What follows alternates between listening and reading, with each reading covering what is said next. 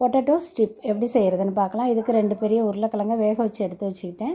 அந்த உருளைக்கிழங்கு வந்து மசிச்சு விடும்போது கொல கொலன்னு நம்ம உருட்டும் போது வரக்கூடாது, நல்லா கெட்டித்தன்மையாக இருக்கணும். அதுக்கு தகுந்த மாதிரி வேக வச்சுங்க.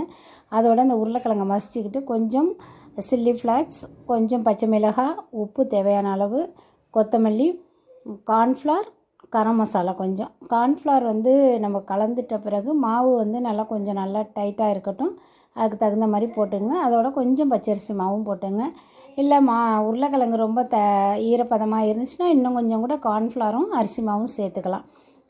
இது மாதிரி கட் பண்ணி பீஸாக எடுத்து போடுறது கரெக்டாக வரலைன்னா கையால் உருட்டி கூட நீங்கள் போட்டுக்கலாம்.